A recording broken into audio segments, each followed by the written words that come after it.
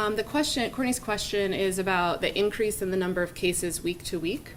So I know several of you have asked for that over time, just to make it easier to report on, how many cases do we have this week compared to other weeks. And our goal was to give you something that didn't require you to do the math as you're busy writing things up and getting this information to the community. So we're sharing that to show that the weekly increase in numbers, this is the biggest weekly increase we've had since the pandemic hit our community.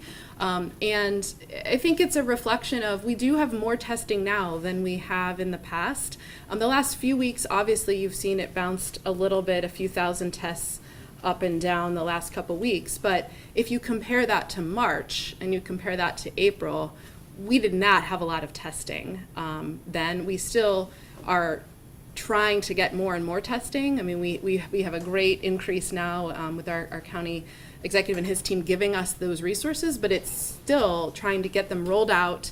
We still have a limited number of tests per day that the labs can actually physically run, and so our teams are mobilized, Metro Health is mobilized, the other hospitals are working with other groups to mobilize testing, but it's still not, where anybody and everybody can come and get a test and we can run 15,000 a day. You heard our governor talk about wanting to run 22,000 a day. Well, we have enough machines per our state government officials are saying we have enough machines, but we can't run that many tests in this community daily. So I think you're not necessarily seeing a reflection of it was that much worse now because we couldn't test people back then, But it is, the takeaway point is this is a significant issue for our community. It's going to be for many months, and we cannot let up. We have to continue to protect each other, continue to protect those most vulnerable, and continue to prevent new transmission. Prevention is the key to getting us all through this safely, and we've got to do every single person their part, every organization their part. We're all trying to do this together. So that's the main point for today as far as that graph. I just wanted everyone to see it. You can calculate it yourself if you look at our slides going way back, but we thought it would be helpful. Okay. And just talking about everybody doing their part, driving to different assignments, running to the grocery store, corner stores. Tons of people aren't wearing masks out and about. Tons of people are passed it on the west side of town, standing up in close proximity, drinking at bars, at restaurants. Is there any way to combat that as a community, or do you expect that to see, are we going to see a lot of spread in the coming weeks because of those actions? Yeah, so Corey's follow-up question is that she's personally witnessing a lot of people not wearing masks and not social distancing, and are we expecting to see increased cases? I would say if that sort of thing continues, yes. I personally have seen the same thing myself. I try to model the best behavior I can, and I'm always wearing this and always trying to stay socially distanced. But I know a lot of people, maybe if they haven't been affected yet by it personally, maybe don't realize how serious a risk it is. But we had a 36-year-old person in our community die this week. This is very serious. We've had 184 people die in this community. We've had several dozens of people die across communities in this entire state, across the nation. This is very serious, right? We really have to stay foot on the gas, not letting up. We've got to stay ahead of this. Do you want to add something? I would add if your people are in the community and they see concerns about social distance or other concerns that they have, to call the health department. We can work and have been working in the complaint responses and taking calls from the community where concerns arise. And business owners will work with us. As you know, the masking for the public is voluntary. Some businesses have chosen to require masks for people entering their facilities. We think that's a great practice. We think it helps to reduce the risk for transmission. But the guidance that has been put together across a range of settings is meant to reduce the risk for transmission. And so the guidance is meant to be followed. The governor has said that for restaurants that are not following the guidance and creating risk in those environments, they want to hear about those situations. He went as far as saying that if people continue not to follow the rules, that their liquor license could be at risk.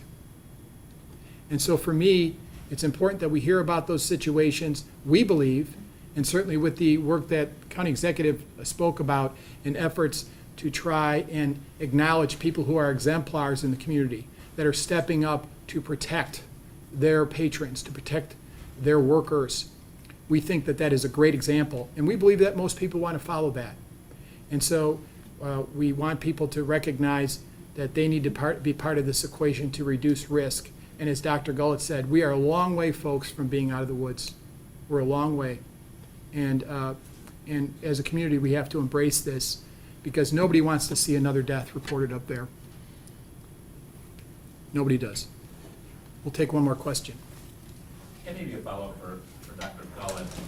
The number of cases has increased, perhaps because of increased testing. And as far as the number from last week to this week, as far as deaths, what was that? And is that in line or consistent with the increase in cases, or is that remaining flat? Yeah, so Vic's question is about the increase in fatalities or deaths as compared with the increase in the number of new cases. So the graph that we shared shows the increase in the number of deaths per week as well. But I wouldn't read too much into the week-to-week increase in deaths reflecting the number of cases because reporting of deaths and fatalities always lags behind. In some cases, we're notified immediately upon someone dying, but sometimes, and you saw Dr. Gilson talk about this before, we work closely with his team, but they don't receive every fatality report. And so sometimes we get reports from death certificates, and we had no knowledge of this person in the community prior to that. Sometimes there are people that we've been calling for quite a while, and we cannot get them, and we later find out that it's because they're deceased, but we found out at the time of their expiring that they were positive, but it wasn't notified as a death. So I would be a little cautious about sort of projecting that this is a reflection of the number of cases. Like I said, our testing is more than it was in March and April, but it's not substantially more this week, and we have substantially more cases this week. So I do think it's a reflection of people venturing out of their homes more and being interactive more. We have gotten, as you know, the governor has asked employers to report to us when there are positive cases in their staff, and we get daily reports of employers that have positive cases, and so that's a new, not a new area, but it's an increasing area of cluster for us because people weren't out working unless they were essential workers before. So we're seeing now pivoting our cluster response strategy to reflect more community clusters and less of the congregate facilities we had before. We're still working all of those clusters, but we're changing our approach in that now we have a whole nother area of folks that are cluster investigations that were closed for 8 weeks or however long their business was closed. So we'll continue to report. Okay, sounds good. Thank you all so much. We really appreciate your continued